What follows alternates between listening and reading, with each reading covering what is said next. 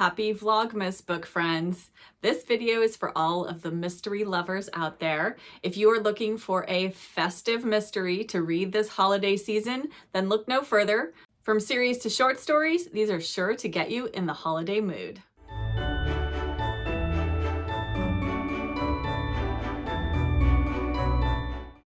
Hello, I'm Jen and welcome back to my reading life. Today I am here to talk about one of your favorite genres. So many of you have loved my prior mystery series and standalone videos, and today I am here to share a few festive mysteries that I think you will love. Grab yourself a cuppa and let us get right into all of the holiday mystery reading. For this list, I wanted to, like I have done in my past videos, share some mysteries that I don't often hear talked about. So while you may not hear me share about Hercule Poirot's Christmas or Tied Up in Tinsel by Ngaio Marsh, I absolutely think those are fantastic festive holiday mysteries, and if you've never read them, please do. But today I am sharing some mysteries that I think haven't gotten enough love and that I think you will also enjoy. I'm going to start us off with a mystery that is part of a series but can definitely be read as a standalone. And I think this is probably the closest to an Hercule Poirot style mystery novel that I've ever read, and that is Murder for Christmas by Francis Duncan. In this, we follow Mordecai Tremaine. He is our detective. He has arrived at a country estate for Christmas, and the festivities are in full swing when he gets there.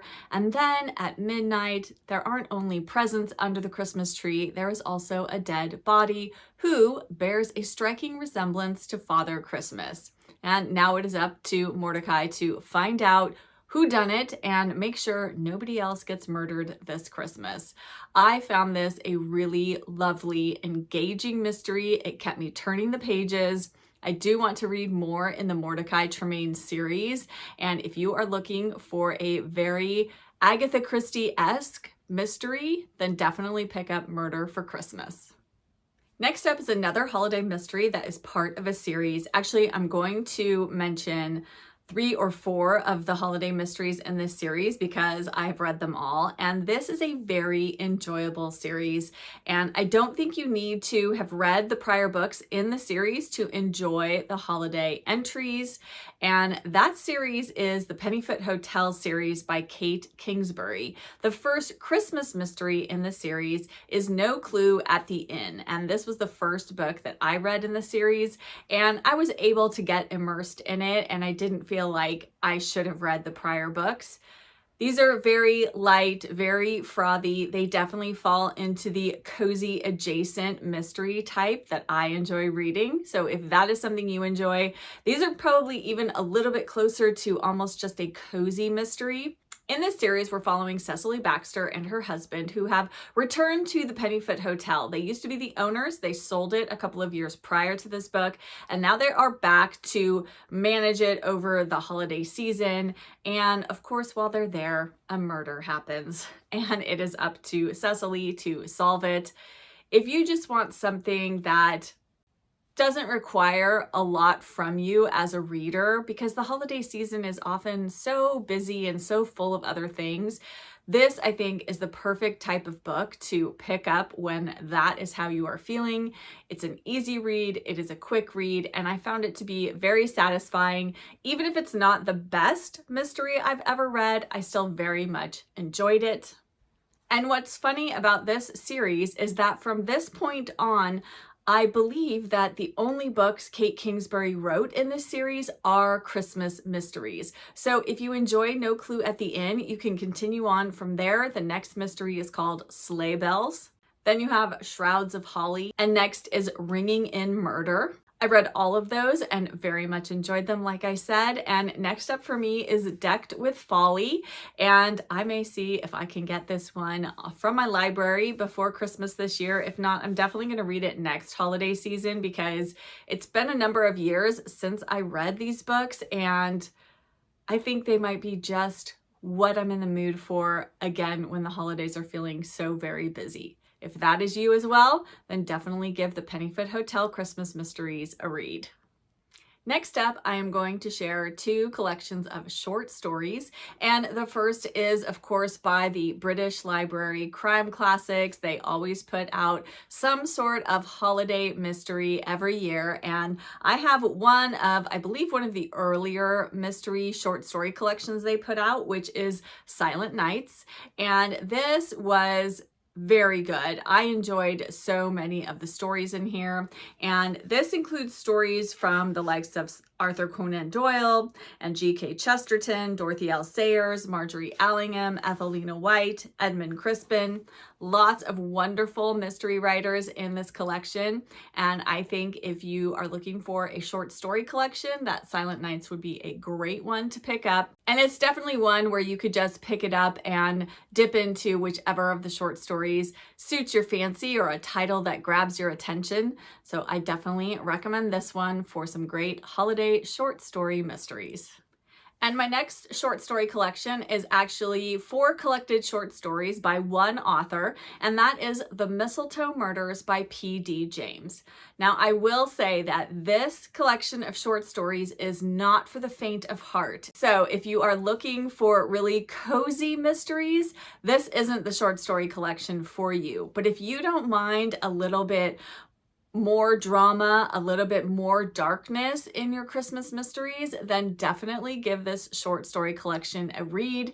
It is quite short, very easy again to get through in the busy holiday season, and I very much enjoyed it. I love P.D. James. I haven't read nearly enough of her books.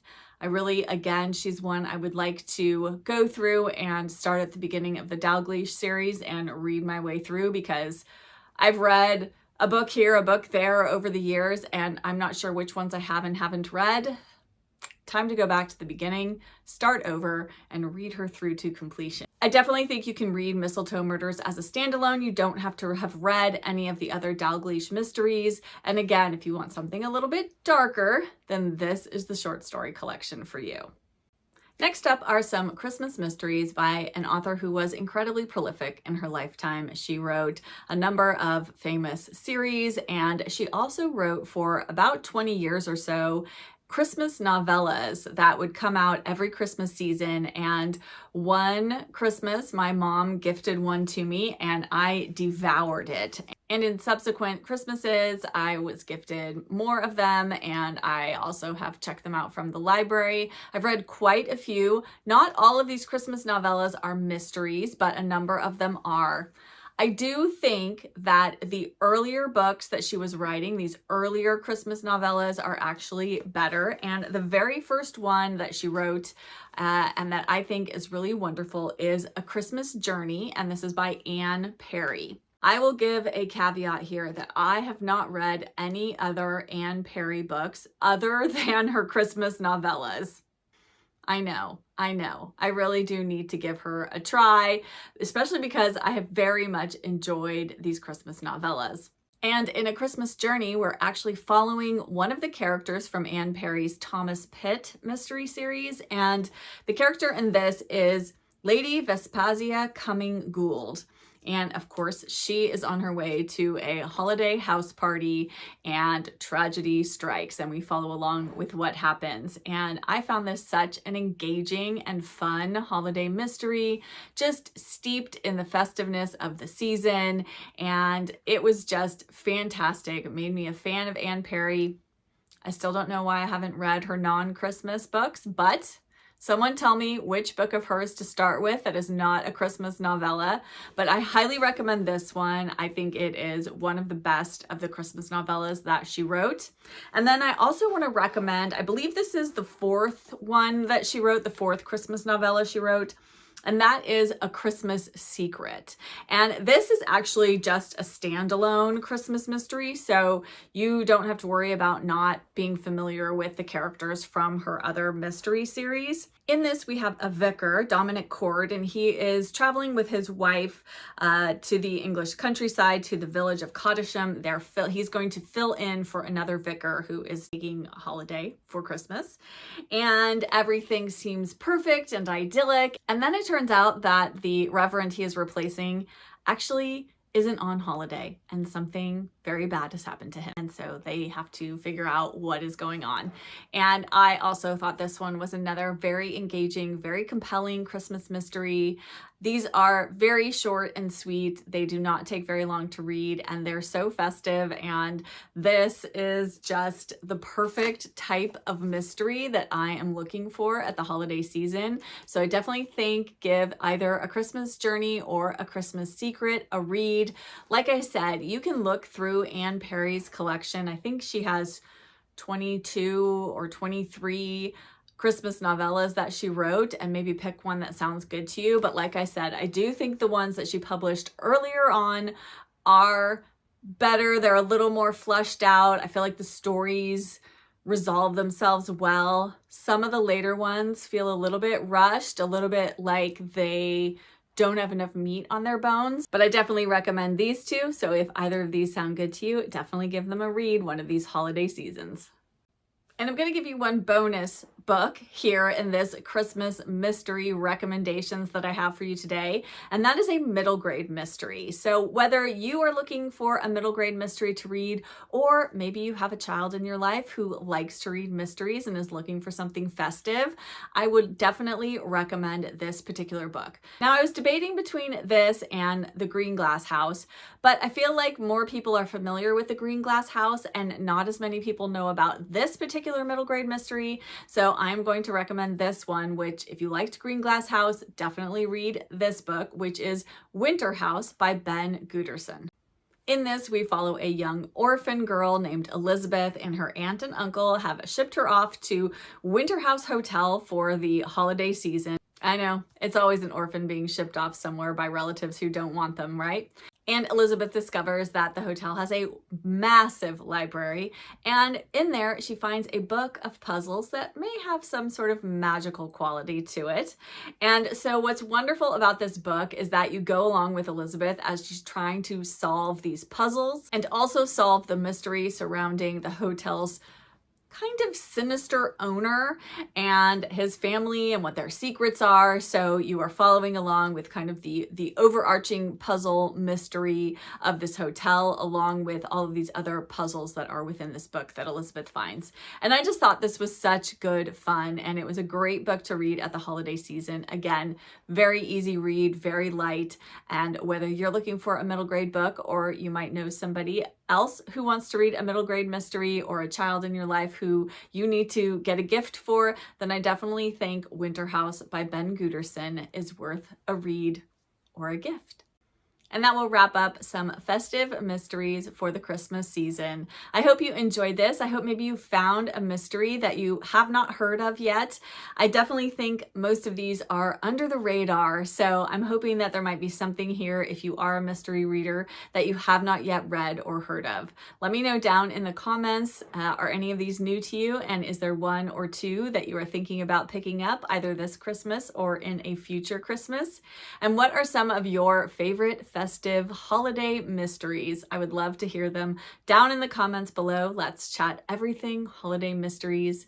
And if you're here but you don't have anything you'd like to say, but you would like to let me know you were here, why don't you leave a Christmas tree and a little detective with the spyglass emoji. So a Christmas tree and the detective emoji to indicate Christmas mysteries. I love seeing those emojis. They really do brighten my day. It's just, especially during Vlogmas, it has been so fun to see all the festive emojis popping up when I go to check my comments. I do see all of your comments. I have been reading them and loving them. So thank you so much for all of your lovely bookish conversation. And if you enjoyed this video, if you could hit that like button and also hit that hype button. I think the hype button is supposed to help small creators like myself get more exposure. I figure it can't hurt, right? So if you're so inclined and you enjoyed this and you want to hit that hype button, I would love that. And I would love it if you would like to join my bookish community, if you can hit that subscribe button. And thank you all so much for being here and taking time out of your busy holiday season to spend a few minutes with me chatting about books. And until tomorrow, happy holidays and happy reading. Bye.